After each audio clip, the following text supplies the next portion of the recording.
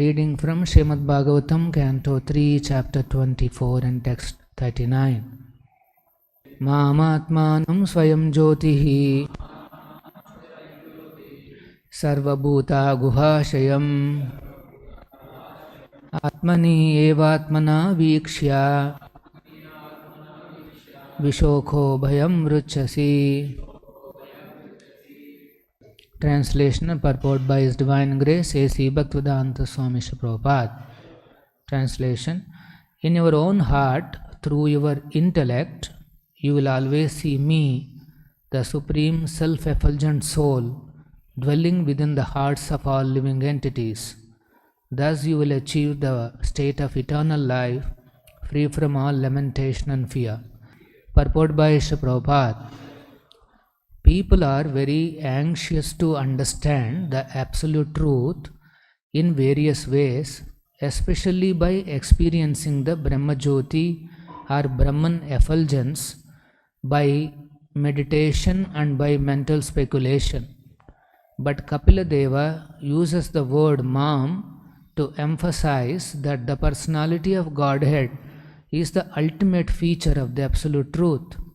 In Bhagavad Gita, the personality of Godhead always says Mam, unto me, but the rascals misinterpret the clear meaning. Mam is the Supreme Personality of Godhead.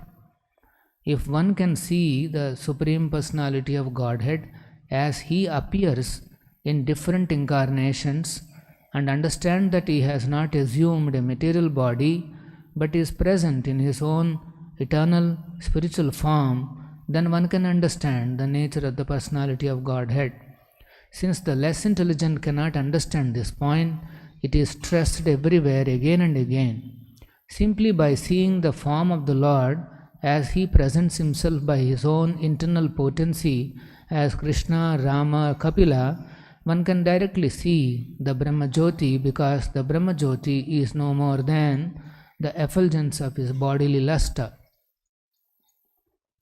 Since the sunshine is the luster of the sun planet, by seeing the sun, one automatically sees the sunshine. Similarly, by seeing the Supreme Personality of Godhead, one simultaneously sees and experiences the Paramatma feature as well as the impersonal Brahman feature of the Supreme. The Bhagavatam has already enunciated that the absolute truth is present in three features. In the beginning as the impersonal Brahman, in the next stage as the Paramatma in everyone's heart, and at last as the ultimate realization of the absolute truth, Bhagavan, the Supreme Personality of Godhead. One who sees the Supreme Person can automatically realize the other features, namely the Paramatma and Brahman features of the Lord. The words used here are Vishokho Bhayam Ruchasi. Simply by seeing the personality of Godhead, one realizes everything, and the result is that one becomes situated on the platform where there is no lamentation and no fear. This can be attained simply by devotional service to the personality of Godhead. The sense of Bhaktivedanta purport. So Kapila Muni is addressing Kardama Muni, his father, and telling him the secret of becoming Vishokho Bhayam Ruchasi. How one can be free from fear and lamentation. In this world, these two forces are very prominent. Everybody always surrounded by lamentation and fear. Lamentation means he has something in his possession, some object, some person or some facility, and if that goes away, then he will be lamenting for the loss.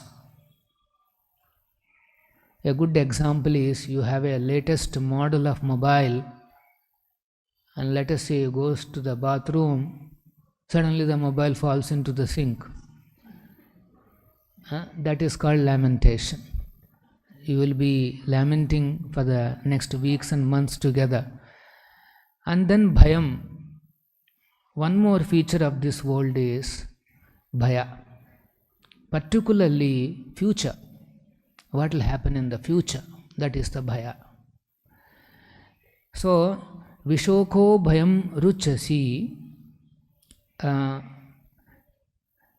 If one can be freed from these two aspects of material life, if Atmani evatmana vikshya, if we can see always the Supreme Personality of Godhead in the heart as a super soul.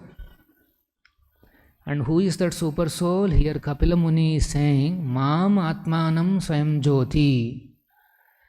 In your own heart, I am present as Atmanam, as a super soul. And I am there, Sarva Bhuta Guhashayam. In everybody's heart, I am present, and you will be able to see me through your intellect. Through your intellect, you will always see me as the super soul dwelling in the hearts of everyone. If somebody can perceive Krishna in the heart, then he is immediately free. Vishokho bhayam ruchasi. Otherwise, everybody is fearful in this world. And Prabhupada is explaining many interesting points in the purport. He says people are very anxious to understand the truth, absolute truth. Many people in this world, they want to understand what is the ultimate or absolute truth. They are not, of course, many people are just absorbed in the truths of this world. But intelligent people, they will try to understand something that is permanent, that is called absolute truth. Other truths in this world will continuously change, and intelligent people, they don't want to spend their time on this changing truths. For example, the other day the Facebook founder, the Zuckerberg, he said there won't be any requirement of mobiles very soon. Now we're all attached to these mobiles, and then he's saying there is no need of mobiles anymore. Some technology is coming up where you don't need mobile. So till now your expertise of understanding the mobile is all truth. You have learned so many truths, they'll all go waste. You simply spent your time and energy on something which is not permanent. And so again, when the technology changes, you all have to change your understanding and thinking. See, this is called relative truth. In this material world, that's what happens. So some intelligent people, they are in search of the absolute truth, something that doesn't change. In all circumstances it remains. Is there a truth like that? They start analyzing. They start contemplating on this subject. And that process is called analyzing, contemplating, is called mental speculation. They try to arrive at what is the truth behind all this. So the scientists, they go deeper and deeper into even atomic level to understand what exactly is this world, what exactly is this atom. One scientist, he said, 40 years, I have been analyzing this atom and what happens inside. And after 40 years, I'm confidently I can say that there is nothing inside. That is his realization. It's all void. And he says, mostly I'm talking like a Vedanta person, a Vedantist. Actually, the impersonalists, Mayavadis, have succeeded in convincing people that Vedanta means something impersonal. But actually, Vedanta means Krishna. The ultimate knowledge of the Vedic literature is one single word, the holy name of the Lord, Krishna. This is Vedanta. And so, to explain that, Lord comes, He sends His devotees, and here also is emphasizing Mam Atmanam Swayam Jyoti. The people who are trying to understand by mental speculation, they can maximum reach Swayam Jyoti, that is the impersonal Brahma Jyoti. People experience that Brahma Jyoti kind of an experience, some kind of silence. When I went to one some kind of a yoga institute, first time they taught me some kind of a breathing exercise, and then when I did it, then there is some kind of a silence in my mind. So they asked me, have you felt any silence? I said, yes. Then they said, that is the ultimate goal of life. To be always in that silence. So, by mental speculation, people will think that complete silence is the goal of life, or some kind of a jyoti, some brightness, effulgence that they have seen is the goal of life. In some cases they realize that actually there is a personality. That is Paramatma realization. That comes by meditation. There are some meditational processes by which they can reach there. But generally, these two processes are meant for Swayam Jyoti. So that's why, to emphasize that the absolute truth is a person, Mam is used here. Mam Atmanam Swayam Jyoti. It's me from whom the Atmanam, that means the Paramatma, and the Swayam Jyoti, the Brahma Jyoti comes. But, so, Prabhupada is saying here, Krishna in Bhagavad Gita also, so many times he uses this word Mam. Actually, it will be an interesting exercise. In Bhagavad Gita, how many times Krishna, he referred to himself, Mam, Mam Namaskuru, Mam eva ye prapadhyante, Mam hi padda vyapashritya, Manmana bhava mad bhakto madhyaji, mat, mam. So many times Krishna refers to himself as a personality of Godhead. But the people, Prabhupada is saying, rascals misinterpret the clear meaning. Mam means they say something else. This Swayam Jyoti category people, they'll say, Mam means it is not Krishna. Inside Krishna there is some Jyoti, and that Jyoti you have to surrender. This is what they say. So, for Krishna, this inside and outside, there is no distinction. Our bodies have a distinction. Outside is matter, inside is the soul. Krishna, the body itself is spirit. There is nothing called inside and outside. There is a dichotomy, there is a difference. There is no such difference. Krishna is all spiritual, Satchidananda Vigraha, and there is nothing called you have to go inside. So they confuse clear meaning, they try to distort. This is the Bhagavad Gita's clear meaning is Krishna. Surrender to Krishna. This is the clear meaning of Bhagavad Gita. But instead of coming to that conclusion, they go to some other thing and twist the meaning. This meaning is so important. Disciplic succession means clear meaning. This is disciplic succession. The personalities who is maintaining that clear meaning, the meaning as it is, they are the acharyas. Acharyas means one who knows clearly the clear meaning of the words in Shastras. They know the purpose of the Shastras.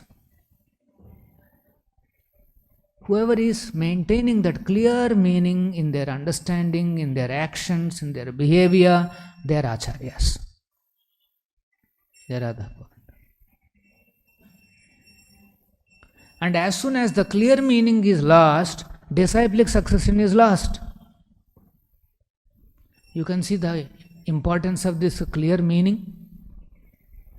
The disciplic succession is considered lost if the meaning is lost.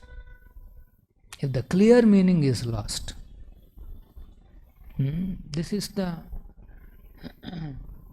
It is not about how nicely one is pronouncing shlokas, or really whether he has understood all the aspects of the Bhagavad Gita. It is his personal understanding of Krishna.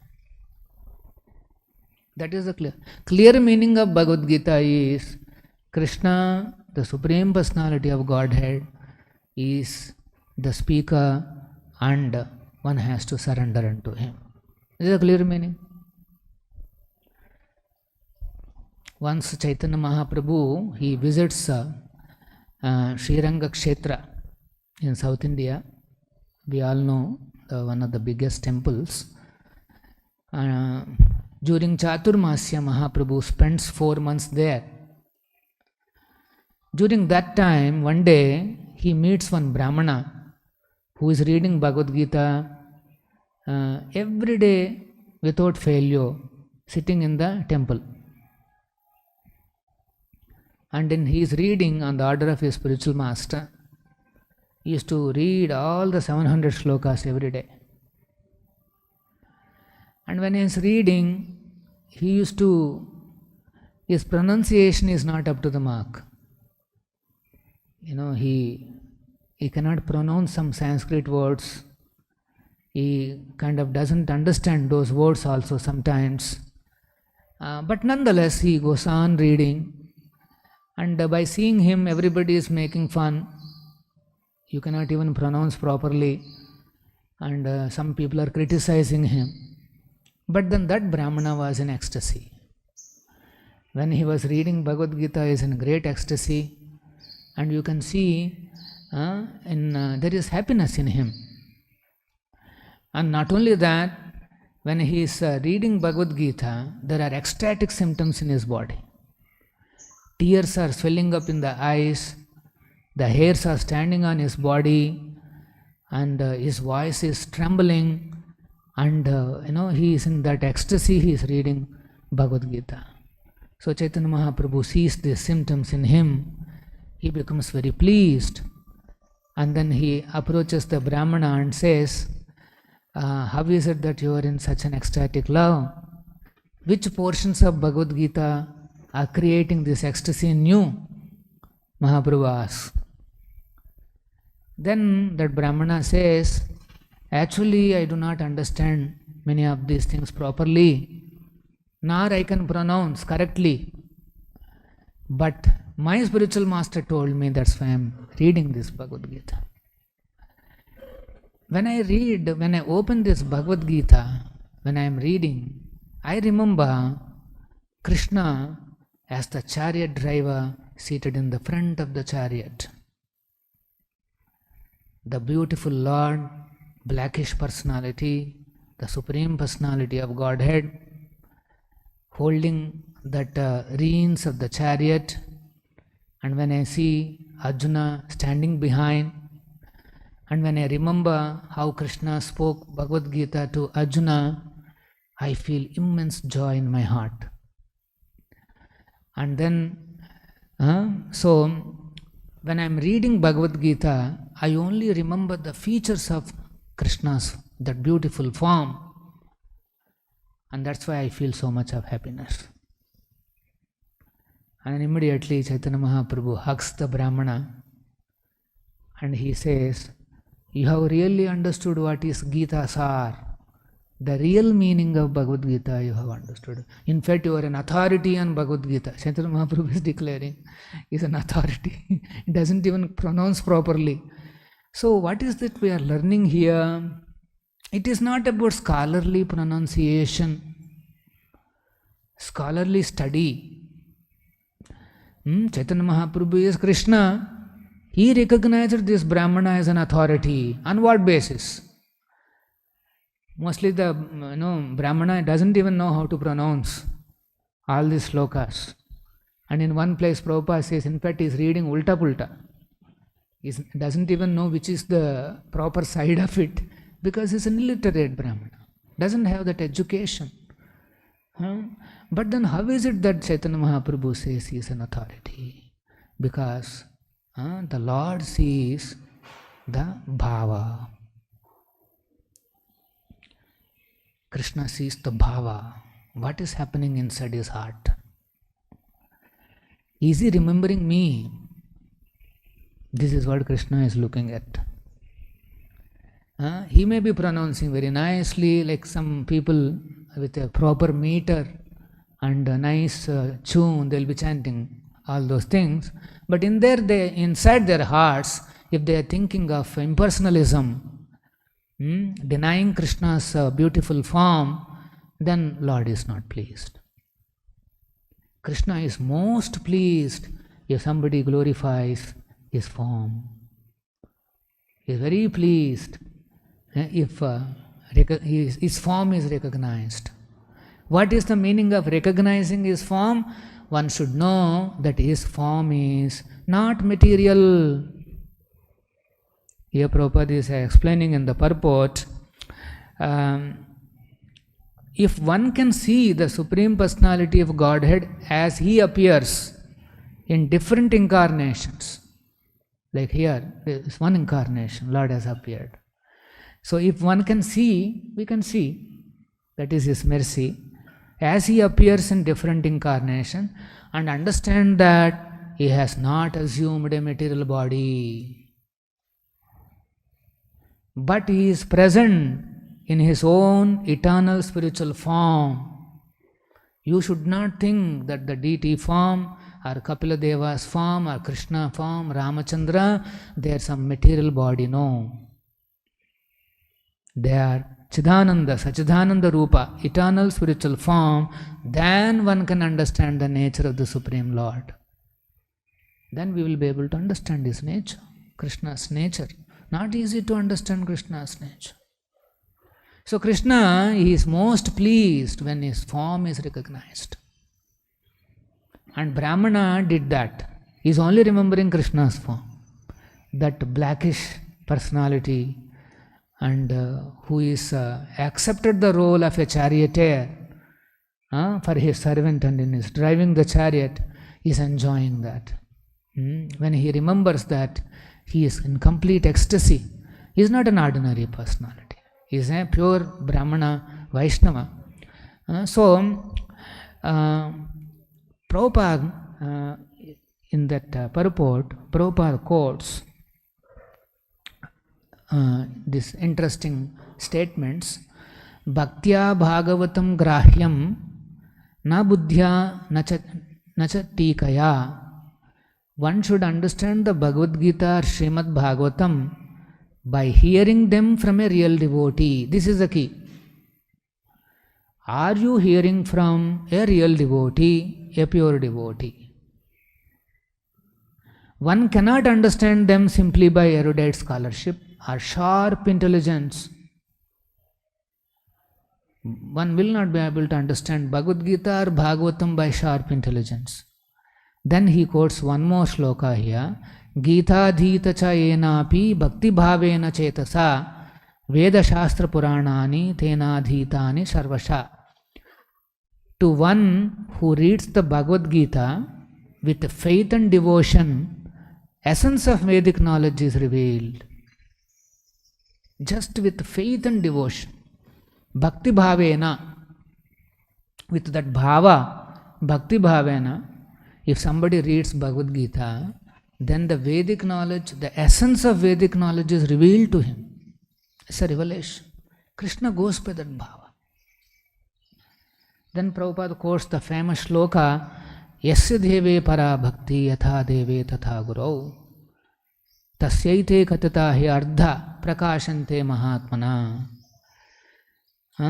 Only unto those great souls who have implicit faith in both the Lord and spiritual master are all the imports of Vedic knowledge automatically revealed. Actually, the words in Prabhupada's book also will not be visible if somebody doesn't have faith in both Guru and Krishna. It is there, right there, but still not, the meaning is not striking.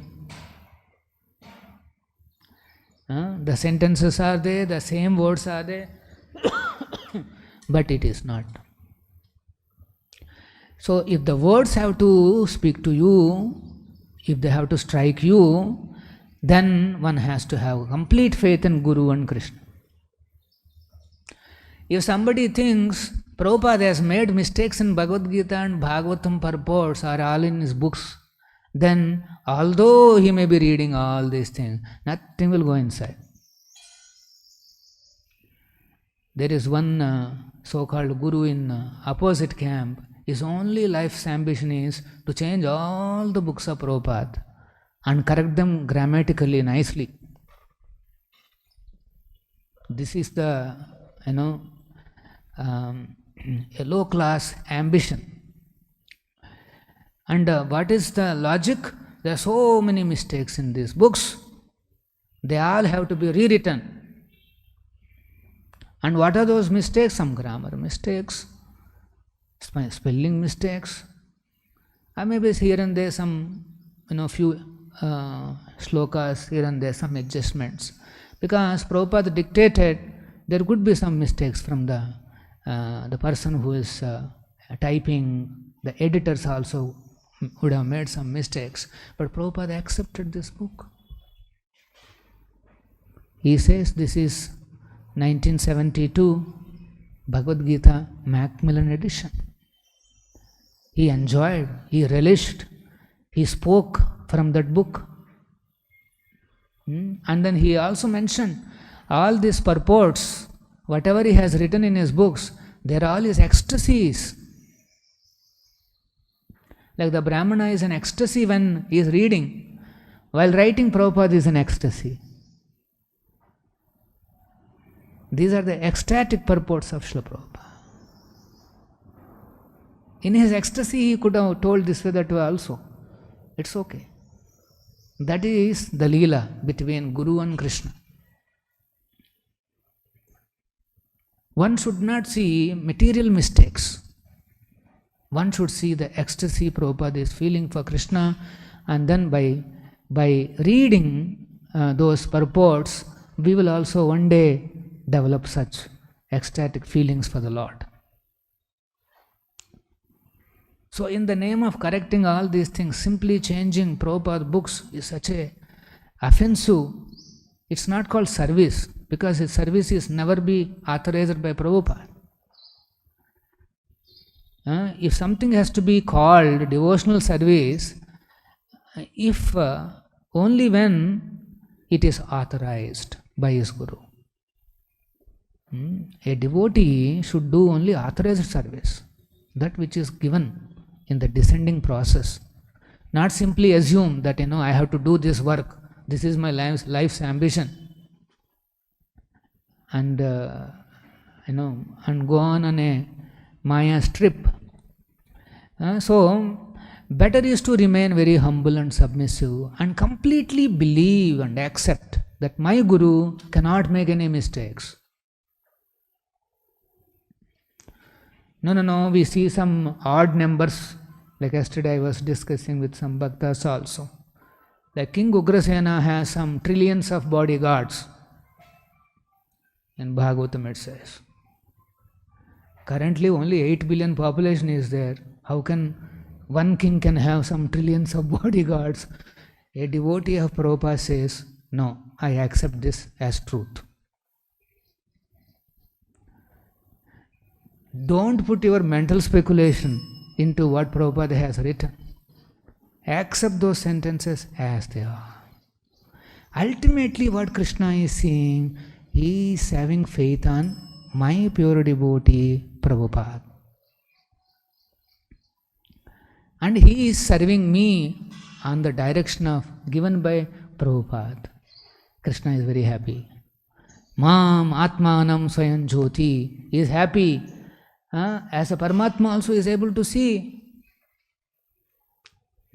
Krishna, he sees that the devotee has faith on his Guru and faith on himself. Then automatically all the Vedic conclusions are revealed. Vedic conclusions are revealed. This is the faith. Prabhupada has brought the clear meaning of Bhagavad Gita and Bhagavatam. And in one place Prabhupada says, even if you think that there are some mistakes, they are considered Arsha Prayog. He uses the word called Arsha Prayog. That means, that is Acharya's way of presenting. We cannot put our mundane, scholarly approach and say that, oh, this is not a correct approach, correct usage, correct meaning, all those things. One has to go by transcendental equations. Guru and Krishna, they know what has to reach to us. And we have something in our hand, Bhagavad Gita, Bhagavatam, and so many wonderful books. One should read those with great faith. My Guru told me that every day we should read. Reading my books is a compulsory must, minimum 1 hour. So we have to read. Whether I am able to understand this aspect or that aspect, that's a different issue. How nicely Prabhupada is glorifying Krishna. How nicely he is presenting the tattva. This is what the devotee's mood is. He is not only just interested in collecting some new information or some kind of a intellectual some data. He is feeling, he is seeing the relation between Guru and Krishna. And he himself becomes caught up in their relationship. If you can become part of their relation. And what is the relationship? Guru wants to glorify Krishna unlimitedly. He wants big preaching to happen. Everybody should know about Krishna, Krishna's holy name. Hare Krishna, Krishna Krishna, Hare Hare. Hare Rama, Rama. Everybody should chant Hare Krishna. This is Prabhupada's ambition. And Krishna's ambition is to glorify Prabhupada, Vishwaguru. So there is a competition going on, Hora Hori, some competition is going on. Our duty is to get caught up in this competition. We should become part of this competition. Glorify Prabhupada, glorify Krishna, and our life becomes glorified. Simply finding some mistakes is a mistake. That itself is a mistake and fault. One should not fall for all those things. Here it is said, clear meaning is known only to the pure devotee. And that meaning he has communicated in every page. Even if you think there is some mistake here and there, doesn't matter. Already the meaning is communicated. Surrender to Krishna, Saru Krishna, chant his holy names. This is the clear meaning. And Prabhupada is training us how to become a good servant of Krishna, a pure servant of Krishna. This is the goal. And if we become a good servant of Prabhupada, automatically we become a good servant of Krishna. So this is the whole idea behind the clear meaning. So we should be very happy, glad that we have opportunity for all these wonderful books. Devotees should take advantage, read, and most importantly try to understand what Prabhupada is communicating. If you can get the meaning. Now how that meaning comes? By discussion. Vaishnava, healthy Vaishnava community means there should be discussion on Krishna. Otherwise those meanings are all hidden. We have to try to understand clear meaning. Then we will remain in Krishna consciousness. As long as that meaning is there in our hearts, there is a meaning to our lives, and very happily one does his services. As soon as meaning is lost, then everything is lost. We'll stop here. Any questions? Srila Prabhupada ki jai, Srimad Bhagavatam ki jai.